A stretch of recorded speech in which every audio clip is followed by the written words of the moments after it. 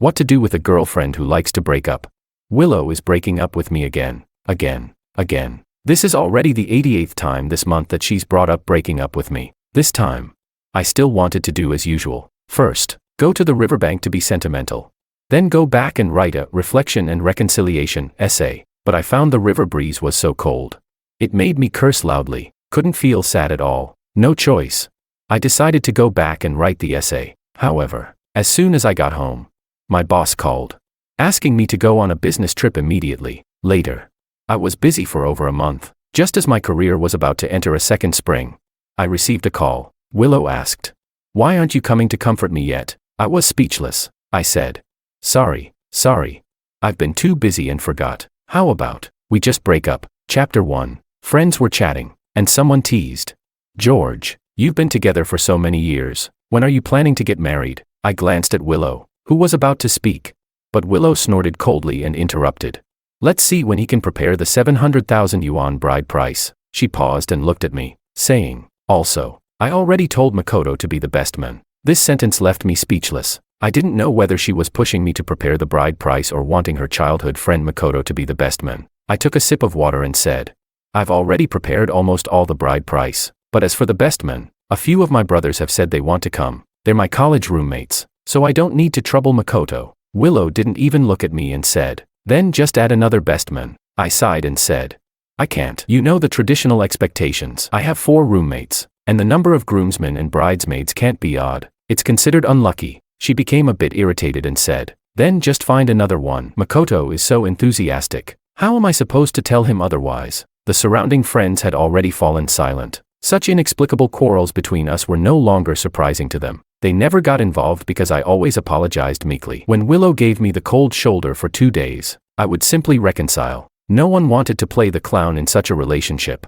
This time, I was particularly resolute. It's his business if he's enthusiastic, and your business how you reject him. But who to ask as the best man is my business. If I disagree with this, then I disagree. Willow stepped up to me and asked, "What if I insist?" I didn't answer, but Willow already understood that I was rejecting her. She angrily said, "Then let's break up. George, don't contact me anymore." She slammed the door and left, leaving the remaining friends awkwardly stuck at the scene. After I said a few words, everyone joked, "George is so confident. Willow can definitely be handled. Women, you just need to coax them a bit." Someone also said, "George, you shouldn't indulge women. I think you're spoiling her too much. The wedding date you initially picked seems ordinary. I'll ask my uncle to pick a date for you guys. He's quite knowledgeable. Those who choose dates through him have never divorced." I smiled but didn't add anything else. I walked alone, pacing back and forth to clear my mind. My mind was full of all the little things that happened between me and Willow over the years. We developed feelings for each other in high school and confirmed our relationship in college. We endured a tough long-distance relationship and went through a lengthy cohabitation adjustment period. Every stage had its failures, and each time I did my best to make up for it. I often asked myself, why is this? Does loving someone require being so submissive? Why should a man have to always appease a woman when she's angry? Why shouldn't a man argue rationally with a woman? Why can't love be about mutual compromise and support? Why can't love be about mutual understanding and tolerance? Love and reason are not contradictory. Loving someone doesn't mean unwillingness to reason. And loving someone doesn't mean you shouldn't reason. Loving someone doesn't mean you should always give a bride price. Nor does it mean you absolutely must. But every time I decided to leave this person, another voice would emerge, asking me, if you give up now, won't all these years of effort just become a joke? So I grit my teeth and persisted, full of hope that I could move her, that we could really have a future together. Lost in thought, I passed by that river, which I jokingly called the Forgiveness River, because every time Willow and I had a quarrel, I would come here alone to vent my repressed emotions and adjust my mindset. But today, it seemed especially cold. Before I could even feel the seasonal melancholy, goosebumps appeared. I quickly pulled up my coat and thought, forget it, I'll go home and be sad. Turning around, I saw a barbecue stall. It's funny, I frequent this stall too. Once, after an argument with Willow, I came here and angrily ordered 50 skewers, but my heart was so blocked that I couldn't even eat them. The owner's skills have improved day by day. I had just come from a business dinner and was once again enticed by the aroma of grilled meat. This time, I didn't dare to order much, fearing a repeat of before. But after ordering 20 skewers, I found I could eat a bit more. Busy mouth, full stomach, my heart felt less empty. At the moment I stood at my home door, I hesitated a bit. After cohabiting for so long, this small house was full of traces of our life together. But when I opened the door, Seeing the entrance cluttered with boxes of cosmetics and luxury items from deliveries, as well as shoes filling the shoe cabinet but still scattered on the floor, my anger was much greater than the frustration from the breakup. She has always been like this, never treating my money as real money. Just because I advised her to be more frugal, she turned it around and rebutted me by saying that being in a relationship would lower her quality of life. Why does she have to be in a relationship with me? As if she were some rich heiress spending her own money. But in reality, to satisfy her, I wore no more than 8 outfits throughout the year, ate no more than 5 flavors, while she spent money extravagantly without ever caring about my quality of life. Anger burned away the sadness. After tidying up everything, I opened my phone to hide some posts, fearing that I might be unhappy seeing them later. Suddenly, I saw my boss tagging me in the group chat, offering some suggestions on my proposal. When I finished work and closed the proposal document, the sky was already tinged with dawn. I was surprised to find that the first day after the breakup had passed so easily. So, on that brand new morning, I decisively blocked all of Willow's contact information. Chapter 2. Willow still hadn't come back. I knew she was waiting for me to back down. I also thought that this time I would bend again. After all, it had become a habit. Bending for love didn't seem like such a disgraceful thing. But every time I picked up my phone, something more important would interrupt. Either I had to work on a proposal or deal with a client. Before I knew it, I hadn't contacted her for 8 or 9 days. Unconsciously, I had accomplished something I thought was absolutely impossible, and without the torturous emotions I had imagined. One morning during our early meeting, my supervisor said that this client was very important and needed us to send someone to stay there permanently. After the project ended, which would take at least a year and a half, we would come back. Without much thought, I raised my hand. He glanced at me and said, "Single people first."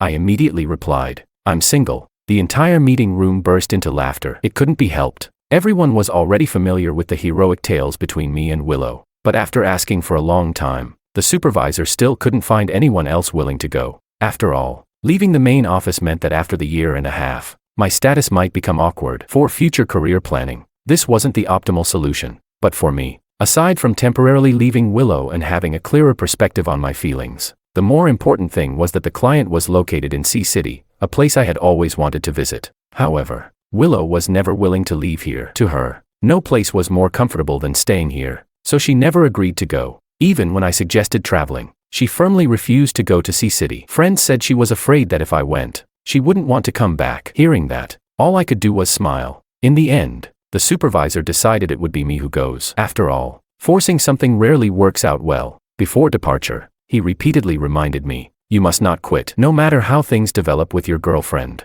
you need to handle this for the next year and a half." I smiled and replied, "Mission accomplished." The first days in Sea City were truly busy. I worked overtime for 2 weeks straight, not even having time to look for an apartment myself. I stayed in the hotel arranged by the client. It wasn't until the 3rd weekend that I finally had some free time to explore a bit. In reality, the city was much like what I had seen in various blogs and books, but being there in person, I could appreciate its unique characteristics. I thought to myself, I really came to the right place. When I received a call from my mom, I was somewhat surprised. It had been over a year since our last unpleasant parting. Since I was 25, they had been urging me to get married in various ways. By the time I was 28, without any success, every meeting would involve them scolding me for being so irresponsible. The Wong family would be finished if I kept this up. They even advised me not to take safe measures and to commit fully. My mom asked, "You're not really planning to wait until you're 30 to get married, are you? Even if the Wong family dug 8 generations into the ground, they wouldn't find someone like you." I replied, "Isn't that why I'm taking you to see the world?" She said, "I don't have time to discuss these useless things with you. Your sister told me she saw your post saying you broke up with someone named Willow. Is it true? You used to make up within a few days, but this time I've been watching for quite a while with no signs of reconciliation. Have you finally split for good?" I grew a bit impatient and said, "Just say it straight. Don't beat around the bush." "I have work to do," my mom nagged. "You have such a bad temper, just like your dad. No wonder you two can't stay in the same space." I responded helplessly, "If you don't say it, I'll hang up." I heard my mom's hurried voice say, "Don't hang up, don't hang up. I just wanted to tell you that if you're free this weekend, your aunt has set you up with someone. Do you want to meet her? She works in the same city as you." I replied, "Oh, that might not be the same city now. I forgot to tell you, I moved to a different city." My mom's voice suddenly grew louder, dissatisfied. "Why did you switch jobs so easily? You've been like this since you were a kid, never listening to others' advice and always causing trouble." Not wanting to argue with her, I directly said, "Tell me about her. What does she do? How much does my aunt get paid for arranging these unethical matches?" My mom, who had been very loud just a moment ago, stammered. She's the goddaughter of a friend who is a CEO. She works as a secretary and is really pretty. She's only 24 and has already bought a villa through her own efforts. Can your aunt still harm you? I was speechless. I didn't understand how she could say these things without any guilt. If she were standing in front of me right now, I'd definitely want to observe carefully whether her face was even slightly red. I laughed and said, "Are you sure about this?" My mom replied. "Do you always have to talk in such a sarcastic way? Isn't it just that you weren't satisfied with the person your aunt introduced to you last year? Didn't she apologize to you? She really didn't know about that person. Otherwise, why would she introduce him to you?" I was too tired to argue. Since she didn't know the situation, why did she have to introduce someone? My aunt introduced me to a girl, and I didn't agree, but she insisted I add her on WeChat. I was too tired to talk nonsense with my aunt, so I just added her. When I told her that I was introduced by an acquaintance, she replied, 300 for one time. What? I was shocked. Arranged dates had turned into dealing with a prostitute. To make sure I hadn't added the wrong person, I asked, "I'm the blind date introduced by Aunt Lee." The other person replied in a panic, Sorry. Hello, I'm Maria." I was speechless. I had already lost the desire to continue the conversation. Chapter 3. I didn't expect the old habits to resurface again this year, I said. Let my aunt shut up. If I see her doing such immoral things again, I'll beat her to death when I go back for the new year, my mom replied. You really are ungrateful, kid. The moment I hung up the phone, everything around me felt quiet. I had never realized how wonderful a peaceful environment could be. I efficiently revised a proposal and threw it into the workgroup chat. The praise from the client team's reaction emojis made me feel a bit elated. I posted on my moments, another day thriving like a fish in water. Although I've always had good relationships with people, I didn't expect this time to receive such enthusiastic responses. Many friends left comments below, saying, George is really a career-oriented guy now. Haven't heard from you in a week. Turns out you've been working from home. Others commented, still working. Your city gate must be under siege, didn't you know? And some said, why haven't you deleted your last breakup post? Haven't you reconciled yet? Didn't you prepare enough surprises this time? You're strategists. You don't care at all. Huh. I replied to each one. I've been on a business trip lately. Let's catch up when I get back. My heart's gate is like the city gate, completely empty, not reconciled. Just as I finished replying, my phone rang. It was Martin, a male friend who usually gets along well with Willow and often dines with us. He asked, buddy, where have you been enjoying yourself lately? I replied, working. I've been pretty busy. He paused for a moment and then quietly said, have you gone on a business trip? I stopped by your house the other day and knocked on your door, but you weren't home. I said, yeah, I've been out of town. Do you need something? He quickly replied, no, it's just been a while since we last met. I wanted to invite you out for dinner. I said, then wait until I get back from my business trip, and I'll invite you. He said, all right. Just as I was about to hang up, I heard him say, have you heard about Willow and Makoto recently? I honestly replied, not really. I've been really busy lately. I didn't want to engage further, but Martin continued on his own. He said, recently, Makoto has been very high profile with Willow. They've been going in and out together to various gatherings. I heard Makoto even gave Willow a big diamond ring the day before yesterday. Everyone is speculating if they're getting together. Willow hasn't given any hints,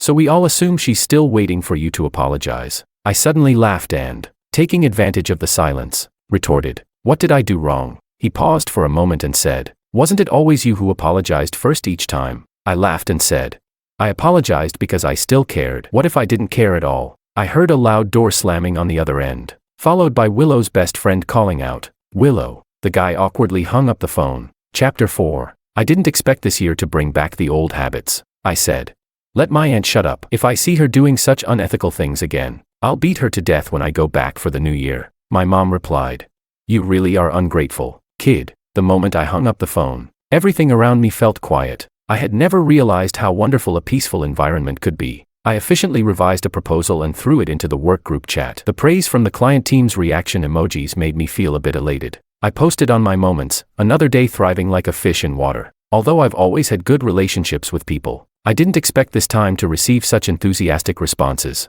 Many friends left comments below, saying, George is really a career-oriented guy now. Haven't heard from you in a week. Turns out you've been working from home. Others commented, still working. Your city gate must be under siege, didn't you know? And some said, why haven't you deleted your last breakup post? Haven't you reconciled yet? Didn't you prepare enough surprises this time? You're strategists. You don't care at all. Huh. I replied to each one. I've been on a business trip lately. Let's catch up when I get back. My heart's gate is like the city gate, completely empty, not reconciled. Just as I finished replying, my phone rang. It was Martin, a male friend who usually gets along well with Willow and often dines with us. He asked, "Buddy, where have you been enjoying yourself lately?" I replied, "Working. I've been pretty busy." He paused for a moment and then quietly said, "Have you gone on a business trip? I stopped by your house the other day and knocked on your door, but you weren't home." I said, "Yeah, I've been out of town. Do you need something?" He quickly replied,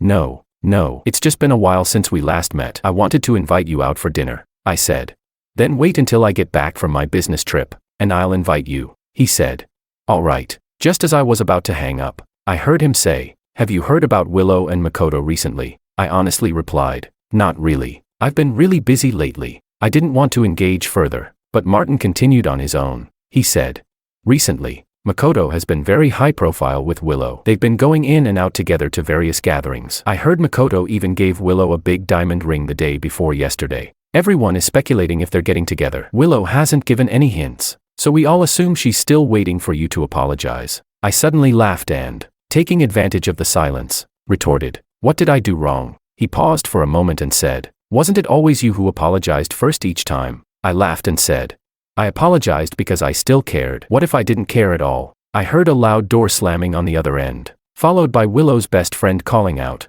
"Willow." The guy awkwardly hung up the phone. In reality, I knew Willow was with him the moment he started talking. We've been together for so long that I was already familiar with everyone's personalities around me. This guy and I have known each other for so long. He's very straightforward and never hesitates to speak his mind. But today, from the moment he started, it was as if something had frozen him in place. Every sentence was awkward, making it easy to notice something was different. After a long while, that guy sent me a lengthy text message, first apologizing for his sudden behavior today, then talking about Willow and Makoto, and finally saying, "Willow must regret it. She stayed at my place and my girlfriend's place for 3 days. I found her too annoying, so I agreed to help her out. She might not like Makoto, but honestly, I've always felt sorry for you. George, you need to pull yourself together and be happy. Let's grab a drink together sometime." Martin is a righteous person. I even wondered if he was intentionally acting strange to make me notice, but none of that mattered. What mattered was that I actually felt quite happy right now. By the afternoon,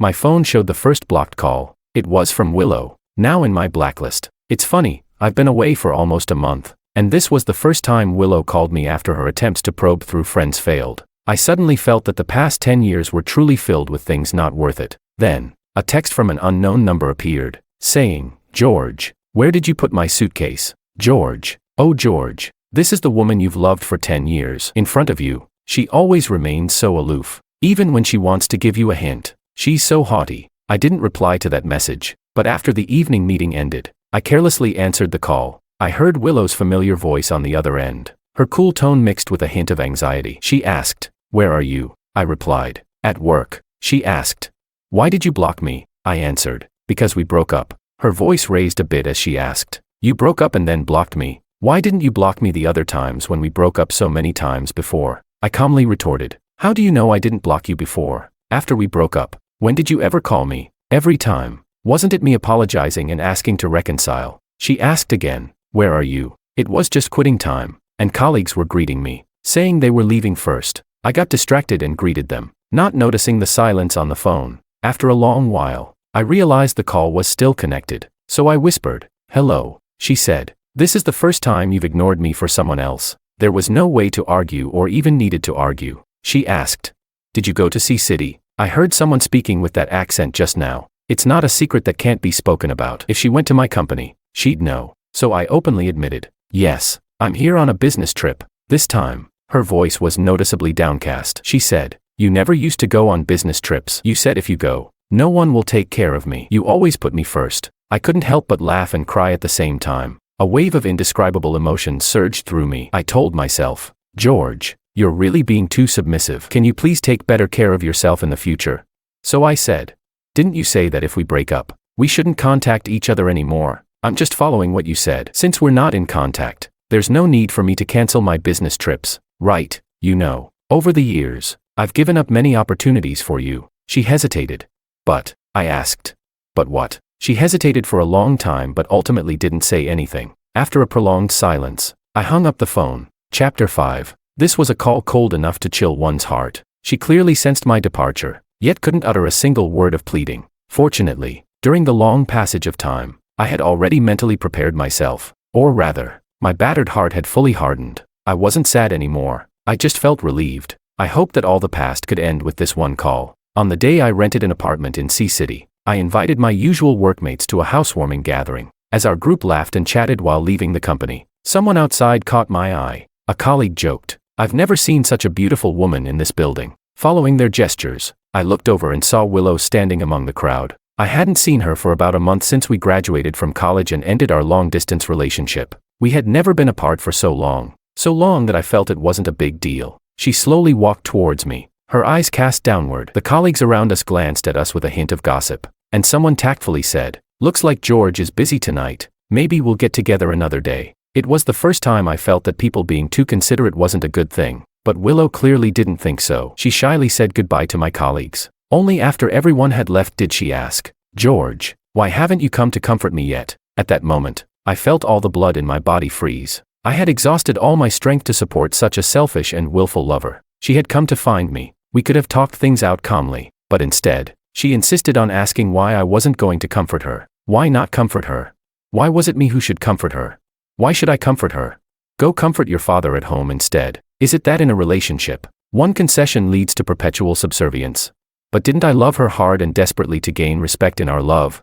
Finally, I exhaled and said to her face, "Because I don't want us to reconcile." When I said this sentence, I felt a sense of relief. I had finally reclaimed it. I reclaimed not just my own dignity, but also the self I had lost over time. She opened her mouth, and after a long moment, asked, "Why?" I said, "Because I'm too tired. I don't know when the next breakup will happen or what it will be over. It's like walking on thin ice." Willow. It wasn't until after breaking up with Willow that I realized people could live so peacefully. No need to worry about constant arguments or the looming threat of breaking up. The center and focus of life are always on oneself. You can control everything. This feeling is truly wonderful. Willow pursed her lips and asked me, "Don't you love me anymore?" Willow was a head shorter than me. When she talked to me, she always looked up at me with disdain, her eyes full of contempt, acting like she was in charge. However, this time, she pitifully lowered her gaze, not daring to meet my eyes. 10 years, George. You used the entire decade to make this proud woman lower her head, I said calmly.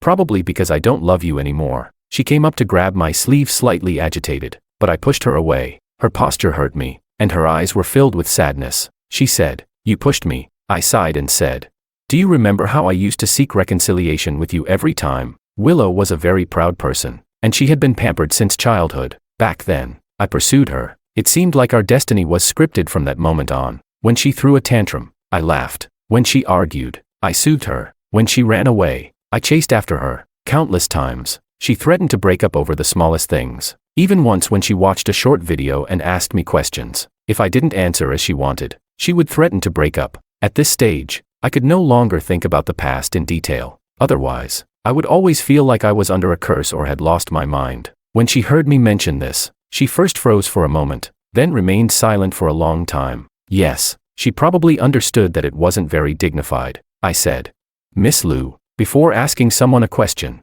you should ask yourself first." She asked, "What do you mean?" I said, "Before asking me if I love you, ask yourself if you've ever loved me." She was left standing there as I strode forward without looking back. Chapter 6. Many things only become apparent when you boldly act on them. You realize there's a whole new world behind them. For example, discovering how good it feels to leave Willow far behind. Since then, nothing could stop me anymore. No matter where she appeared, it no longer affected me. For instance, at the negotiation table, for some reason, Willow suddenly became the client's representative. Knowing nothing about new energy, she relied on her family connections to join a small to medium-sized energy company, and then accompanied Chairman Wu to negotiate business with my client. As the product provider, I was naturally seated at the table, primarily responsible for answering customer inquiries. Willow asked many questions about the products, forcing me to devote 100% of my energy to dealing with her. That day, the meeting ended at 6 in the evening. Willow stood up with a smile and said, "Thank you all for your hard work today. Chairman Wu has ordered meals downstairs. Let's have something simple." My client, Manager Han, immediately said, "No need for that. Today, Chairman Wu and Miss Lu are here, so it should still be my treat. Chairman Wu is hosting. I'll pay the bill." I took the opportunity, with many people around, to prepare to leave. But Manager Han lingered among the crowd for a while before suddenly asking, "Where's George? I just saw him here a moment ago." I could only respond helplessly, "He's here." He immediately smiled and called me over, saying, "George, join us. Thanks for your hard work today. Your product demonstrations and explanations were really thorough." He introduced me to Chairman Wu and then said, "When George first joined, I was worried he might lack experience because he was so young. It turns out he was sent over by his boss to placate me. The more I worked with him, the more reliable he proved to be." Chairman Wu also smiled and said, "Indeed, young and talented. The future belongs to the younger generation." As he spoke, he grabbed Willow and introduced her as well. "This is my niece, Willow. It seems you two had a good conversation earlier. Why not take this opportunity to get to know each other better?" Willow extended her hand to me and said, "Hello, Mr. Wang. I didn't expect such a lively dinner gathering." When our group arrived at a restaurant downstairs, we bumped into someone familiar, Makoto. He confidently walked up to greet Willow, saying, "Willow, why didn't you mention you were here today when you texted me?" That remark was very telling. From the frequency and content of their messages, it was clear that their relationship was not insignificant. Chairman Wu laughed and said, "She's a friend of Willow's, right? Why don't you all sit together?" Makoto immediately nodded and walked forward, grabbing Willow's shoulder in a possessive manner, saying, "Sure, thank you." A colleague standing next to me said, "Is he staking his claim? Doing this in a professional setting is really stupid." Willow looked a bit flustered and didn't join in. She glanced back at us. Our group blocked the entrance, making it a bit of a spectacle. Manager Han quickly invited us to go inside. I excused myself to go to the restroom, returning only when the dishes started being served. As soon as I walked in, I heard Makoto say, "Willow and I aren't in that kind of relationship. Don't get the wrong idea. She has a boyfriend." Unexpectedly, one of my brilliant colleagues chimed in. "Her boyfriend must be really unlucky. Haha." I saw Manager Han rub his forehead helplessly and asked, "Why are you here today? Normally you don't attend these dinners, right?" I realized that the colleague who was standing at the entrance earlier was a strong-built man, one of those colleagues known for sharp-tongued remarks that even made the boss uneasy. He remained unfazed and said, "I came to eat. The meeting ran over time, so I came for the meal." Manager Han sighed and introduced him, "Chairman Wu, Miss Liu. This is our design director for the entire service line, David." Makoto sarcastically said, "I didn't expect it. Manager Han, your design director is quite a big guy. He looks like he just came back from a construction site. Is design a physically demanding job here?" Chapter 7. Manager Han simply rolled his eyes and then showed a sympathetic expression. It took me 10 minutes to realize who he was showing sympathy for. I heard David say, "You look so weak. My large build comes from working out. You must be overindulging yourself. It's a pity. Lifting weights can make you physically stronger, but it doesn't improve your brain. Otherwise, I would suggest you give it a try." Ever since you walked in, I wanted to ask, "Who are you? What are you doing here? With that appearance, you look like a bum. Who would invite someone like you to a business dinner and then coincidentally run into Willow? If you're claiming to be Miss Liu's boyfriend, I can still consider you a simp. You have no real relationship. What are you bragging about? You don't even deserve to be a simp." Makoto was left speechless, too angry to respond, while everyone at the table struggled to hold back their laughter. After saying all that, he somehow found time to drink 3 bowls of soup and eat 5 plates of rice. Then he turned to his boss and said, "Manager Han, that question I just asked is particularly important. From now on, leave this mess to you. Make sure you get the answers. This determines which companies we need to blacklist next." He grabbed his coat with one hand and patted my arm with the other, saying, "All right, everyone, we'll take our leave first. Enjoy your meal." For some reason, I instinctively followed him. He lives in the same neighborhood as me. It's very close to our company, and most of our colleagues rent nearby. Throughout the journey, I was trying to figure out how to tell this guy that Willow was my ex-girlfriend. Today, he had so gallantly clashed with Makoto and even saved me from trouble when he left, and I couldn't bear to deceive him. Just as I was racking my brain on how to start the conversation, he made a questioning remark to my right, saying, "Sigh, George, your ex-girlfriend really isn't great." He looked at my shocked face and suddenly burst into laughter. He said with a smile, "Why so surprised? Didn't she block you on your way to the company that day?" I went downstairs 5 minutes later and heard everything. "And today, she was so obvious in the meeting room, staring at you and asking you questions. Do you think the manager didn't notice? He specifically called you over. Otherwise, why would he meddle between the client and us and then starve this third party?" Even though I didn't know him well, the conversation had opened up, making things feel much more relaxed. We chatted a lot on our way back. I found out he was actually 10 years older than me, yet he looked even more energetic than I did. He laughed. "Why lie to you? Your ID will explain everything. I never have a steady girlfriend. If I like someone, I date them. And if it's boring, I break up. I never play the role of a simp. I spend all the money I earn myself, work out regularly, play with cars, and do whatever makes me happy. Through him, I seem to see another possibility for life. Actually, I always earned quite well, but besides supporting my family, I also had to keep up with Willow's lifestyle pace. Just like she always said, she couldn't lower her quality of life, so her spending on food, clothing, and other essentials was always extravagant. So many times, I would prepare things that didn't match my own living standards for her. For example, a $1,500 electric toothbrush or a $150 honeydew melon, and so on. It might not sound exorbitant, but for someone with a moderate income and a habit of saving, it was actually a burden. This compressed the small portions I could spend on myself to almost nothing. Chapter 8. David sensed something from my silence. He got straight to the point and asked me, "Do you still love her?" I shook my head with a smile. "I can't." He shrugged and said, "Then stop liking her, or find another woman to like. If that doesn't work,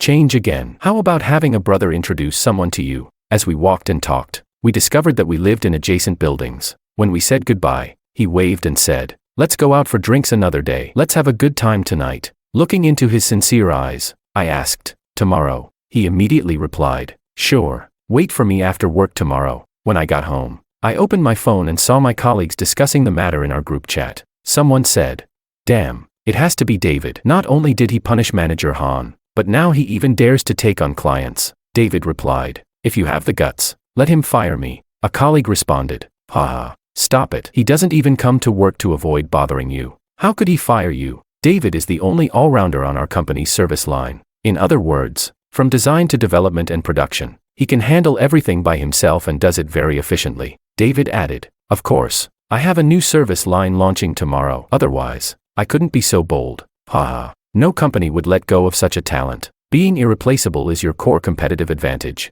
This phrase can be applied to any situation. David dominates the workplace because of his strong capabilities, but he also needs to deliver results. I once made Willow irreplaceable in my relationship, so she could shamelessly throw tantrums at me. Her support was my love, but she didn't understand one thing. Love without reciprocity can never develop into everlasting love. Eventually, it will either fade away or be replaced. Let's encourage each other. Willow. Manager Han spent less than half a day maintaining his facade before being subdued by the newly launched service line. He happily ran to David's office and asked, "David, when will today's testing be finished?" David responded loudly enough for the entire office to hear, "Will be done after afternoon tea." Manager Han understood and said, got it, today. I'll arrange afternoon tea for everyone. If you have anything you want to eat, register at the front desk. Feel free to take as much as you want." Chairman Wu's collaboration with the company continued. Willow had also come to visit the company a few times. Manager Han arranged for me to introduce her to the side, while David shook his head and said nothing more. After the service time ended that day, Willow said to me, "George, can we have dinner together?" I really didn't want to deal with her, but remembering David's advice, if you don't make a decisive break, things will only get worse, I was glad I listened to him, because I heard Willow's apology. She sat across from me, tears streaming down her face, and said to me, "I'm sorry, George. I've always been too willful, and I'm sorry to you. Can you forgive me? I promise I won't bring up breaking up again. If you agree, I'm willing to marry you and register our marriage immediately. I don't want any bride price." Who would have thought? How much I once longed to start a family with Willow. How much I wanted her to become my wife. 10 years ago. No, even a year ago. I couldn't have imagined that the first thought when I knew Willow was willing to marry me would be to find it funny. At that moment, it was indeed quite laughable. This time, it was my turn to ask her why. She wiped the tears from the corners of her eyes and earnestly replied, "Because I love you, George. During the long time you were away, I realized I couldn't live without you. I think about you in everything I do. Maybe to me, you're like air. Normally I don't feel your importance, but once I lose you, I can't live at all." Chapter 9. Such a supreme compliment. I wish I could feel it. Only love that can be perceived can be called true love. Otherwise, wouldn't all the emotions we express verbally become truths? I smiled and said, "Willow, do you know what you've taught me?" She lifted her gaze and looked intently at me, her eyes reflecting my own image. I continued, "It proves one thing, no matter who you lose, you can still live well." I picked up my phone from the table and tucked it into my pocket, smiling at her. "I'm giving you this sentence today. You can take the coming days to really feel it. Starting with this dinner meant for just you." Once again, I left her with my back. This time, I didn't try to observe her reactions from any angle. Whether it was the reflection in the door or the moment of turning around, she could no longer affect me, no matter how great I was reborn. And it only took half a year. All lingering ailments will slowly scab over with time, eventually becoming a harmless mark, nothing more. 2 years later, the service line that David and I developed began to turn a profit officially. Every minute, commissions were being recorded. During a work break, he asked me, "Do you want to go to the gym this afternoon? I'll bring a few girls to train with us." Seeing his build, I shook my head and declined. I was too tired. I'm a homebody. I tried it for half a month and realized I just couldn't stick with it. I still prefer a life of eating until full and then sleeping until full. David didn't mind. He laughed and said, "But you have to go meet the people I set you up with." Right. My junior from college is super cute. Turns out, she was waiting for me here. Before I could refuse, he added, "You're not planning to go back and chase after someone else, are you?" He was always sarcastic towards Willow. Even though we had been working closely together these past few years, I was speechless and said, Come on. I like cute ones." When we met, I realized she was truly cute. The kind of cute that's full of energy. The kind of cute that even makes Willow feel a bit inadequate. Once, I went out to eat with her, and Willow happened to see us. After that, Willow didn't come to work for 3 days. David said she went back to heal. That's fine. I had already healed myself long ago. Let her heal her wounds on her own. I went on the date. Goodbye.